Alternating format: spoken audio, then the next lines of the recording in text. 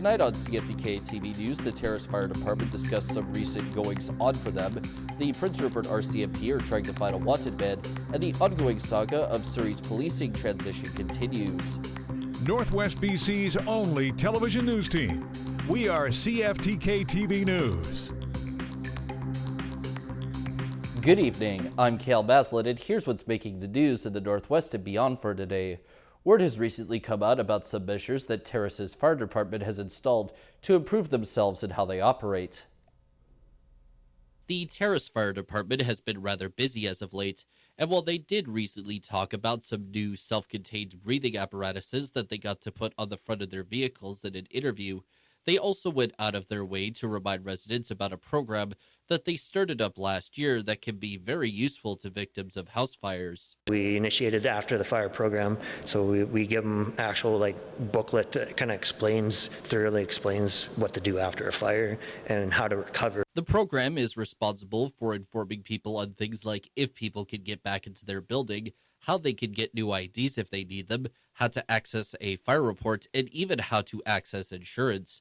But there is another part to the program that involves people who may live near a recent fire. The second part of the program is after the fire's investigation is wrapped up, I try to get a cause and origin of the fire. And what we do is we target that immediate neighborhood around the fire. We go door knocking with the firefighters on duty, and they say, hey, there's a fire down there.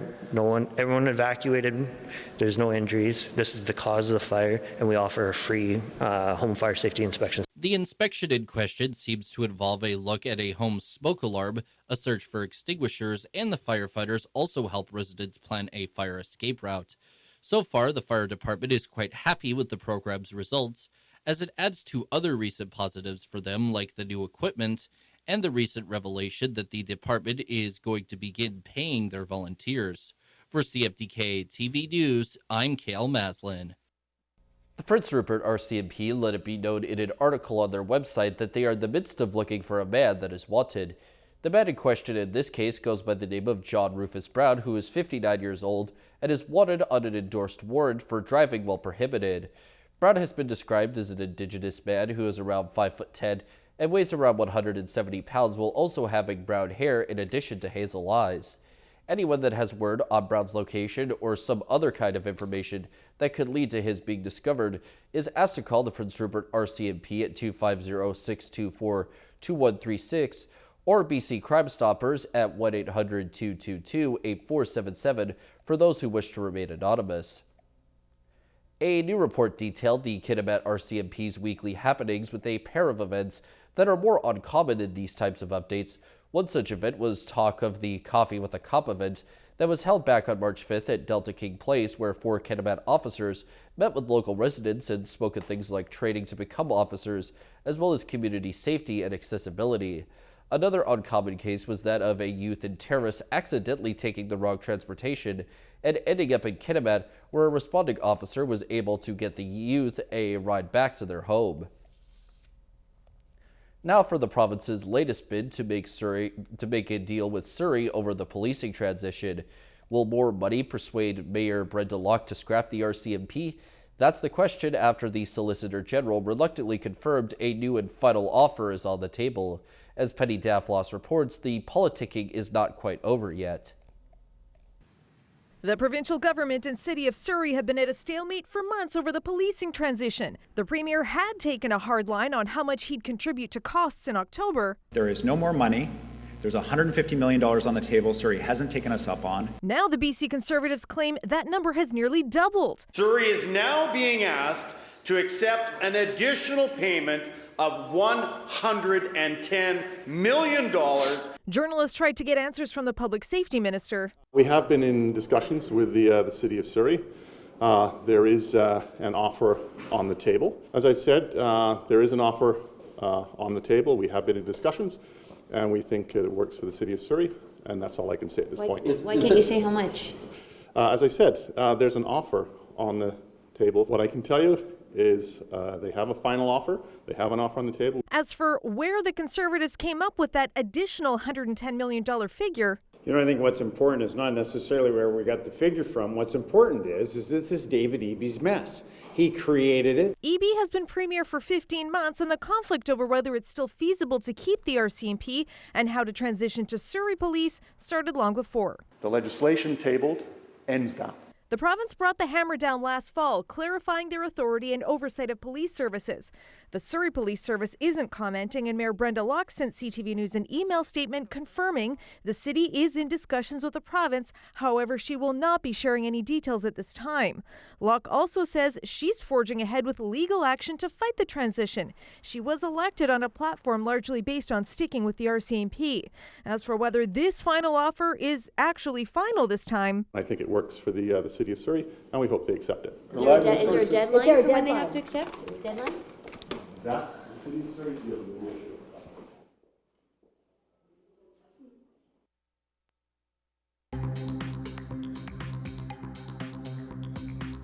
Coming up next, Victoria's police has once again lost a very important notebook. Welcome back. For the second time in just over a year, a Victoria police officer has lost a notebook containing highly sensitive information. CTV's Anna McMillan explains what that means for the dozens of people whose names or personal information were contained on those pages.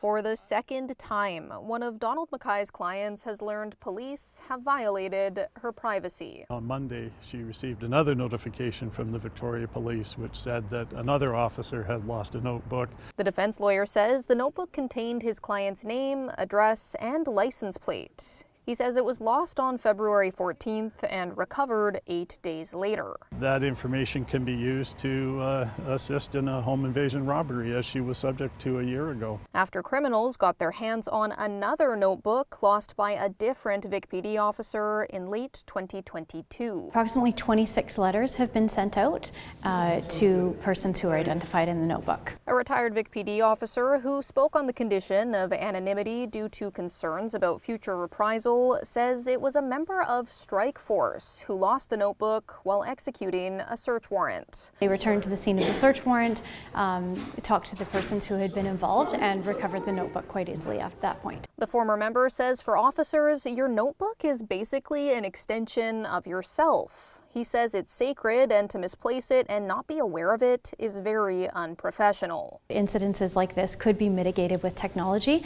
and we are actively researching alternatives to paper notebooks. Notebooks that don't just contain information about suspected criminals. Potential witnesses to something they're investigating or people who have reported something they're concerned about. The retired officer I spoke to says members are trying to keep their heads down as the department earns headline after headline about failures like this and larger corruption concerns. The retired officer says he hopes the department learns to do better. Anna McMillan, CTV News, Victoria. NADA concerns that more than 1,200 properties in Merritt are at risk of future flooding. Work on rebuilding dikes has stalled over a funding issue with the province. CTV's Michelle Bernoro has more.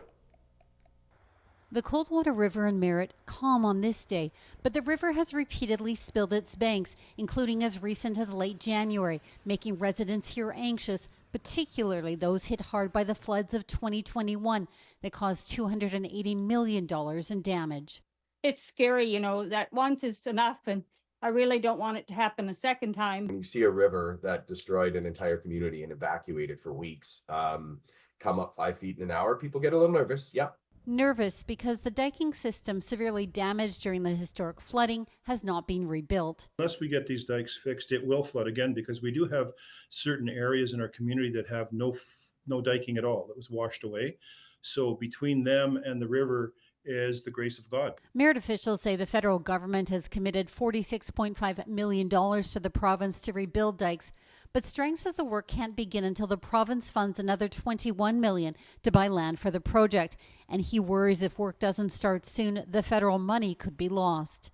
If they don't do that in 5 years and they don't get any sort of extension or anything, then yeah, it expires and it's just paid by provincial taxpayers. The Minister for Emergency Management says while the province is eligible for federal funding, Merritt's access to the approved $46.5 million is not contingent on this. In other words, the money will be there despite the timeline. The NDP government says it will meet with officials in Merritt later this month, but residents I feel very vulnerable at this point. are tired of waiting and want action. Michelle Bernoro, CTV News. From a deep freeze to wildfire smoke, weather-related disasters have taken a toll on much of BC's fruit and wine industry, especially in the Okanagan.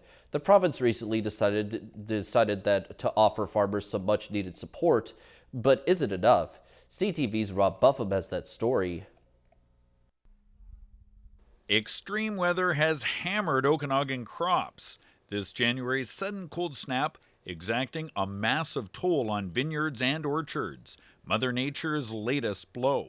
It's getting to be a bigger gamble each and every year. Responding to repeated calls from growers for help, the province today announced some relief. $70 million for removing damaged or dead plants and for planting new ones resilient to the changing conditions. Hopefully this support enables you to be able to purchase varietals that will be able to survive the kind of extreme temperature swings that we've seen. At Farming Karma in Kelowna, they worry as much as 80% of the cherry crop has been killed this year. They welcome today's news, but say more help is needed right away. I hope that there's also something else that supplements the farmer's income in the meantime, because a lot of the fruit that is damaged, it can take about 4 or 5 years even for any crop to show up, and it takes even longer for full production. For vineyards in the heart of BC's wine country, the relief is also heralded as critical. It's estimated upwards of 95% of the grapes in the region were killed by the cold snap. We know here in the government how important the wine sector is to British Columbia. There are 341 licensed wineries in the province, attracting more than 1 million visitors annually, generating nearly $4 billion for BC's economy. But some wineries aren't expected to make it through the year after last season, followed by this year's cold snap. Last year's short crop has already put many of them in a situation where they're up for sale or they're just shutting the doors. While most will survive, preparing for better harvests through winterizing more effectively and replanting with hardier plants is a new reality they're facing. Robert Buffum, CTV News. Turning to tonight's weather, the North Coast is likely to get heavy rain at times while their low is at 7 degrees. The Terrace-Kitimat area will have rain as well as a low of 5 degrees. And the Bulkley Valley and Lakes District is set to have a few clouds with their low down at -2 degrees. On the North Coast, their next week or so will begin with rain but be all mixes of sun and cloud afterwards, with their high shifting from 10 to 13 degrees. In the Terrace-Kitimat area, the week for them will also begin with rain, then be sunny for a while before some clouds mix in at the end of the week, while the high moves from 10 to 15 degrees. And in the Bulkley Valley and Lakes District, the upcoming week is likely to go back and forth between mixed sunny and cloudy days, and just straight up sunny days with their high bouncing between 8 and 14 degrees. Checking out the highways now, visit Drive BC for the latest and up-to-date conditions, and as always, drive safe out there. On Highway 16, there is slippery sections, utility work, bridge maintenance, water pooling, construction work, and a new traffic signal being installed, plus the Usk ferry is out of service and the cable car is in effect. Highway 37 has some slippery sections too. Highway 37A also has slippery sections, plus a vehicle incident and shoulder maintenance. Some more slippery sections on the Nishka Highway, and the Telegraph Creek Road has slippery sections too and compact snow. And this is what the roads were looking like this afternoon around the region from the view of the province's highway cams.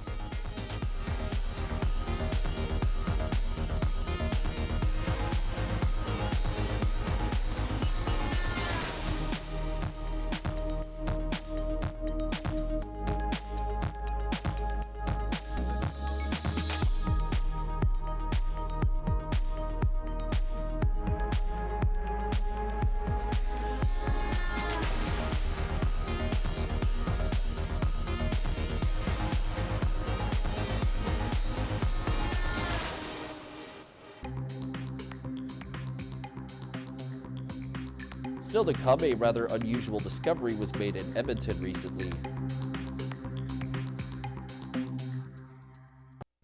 Welcome back. Trying to find a place to live can be difficult and expensive, and scammers are trying to take advantage of the situation. CTV's Pat Ford has more on a new scam making the rounds in Ontario. I wanted it so bad, so I was telling myself and my parents, just like, we have to trust it.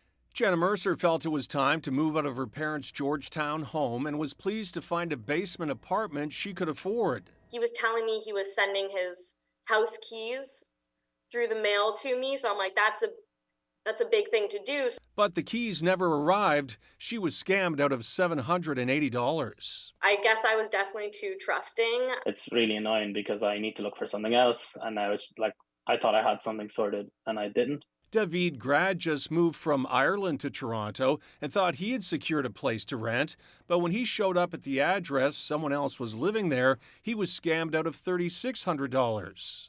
I 100% knew that it was kind of a scam when I went there on Monday, and it was obviously a fake ad. Both ads were placed on rentals.ca, a website that's free to use, connecting landlords and tenants. The company says it's doing what it can to limit fraud. If you do contact a landlord and they want to request that you send payment right away, that's a red flag. You want to make sure that you at least meet the landlord or tour the property. The website is now using a verification program for landlords. If they agree to be pre-screened, they will have a blue check mark beside their listing. We really want to make sure that the verified listing program is not only something landlords are using, but renters are looking out for as well. Tenant advocates say because rents are high and units are limited, renters must be on guard against fraud no matter which website they use. Whenever you have a tight rental market, people are going to be desperate. And whenever you get people that are desperate, they're going to be prone to scams. Pat Foran, CTV News. Reaction is pouring in after a shocking discovery in Edmonton this week as a man was found living in an underground cave. CTV's Evan Kenny has more. Cars are whizzing by what you could call the front yard of a makeshift home. The Edmonton Police Service says this cave had someone living in it. We're talking about people digging a cave in the river valley to live. We obviously need a little bit more investment in root causes of these things. It's dug into the hillside, hidden in the bushes near the McDougall Hill, just south of the Fairmont Hotel McDonald. Police say the cave was roughly 5 feet deep and about 12 feet wide.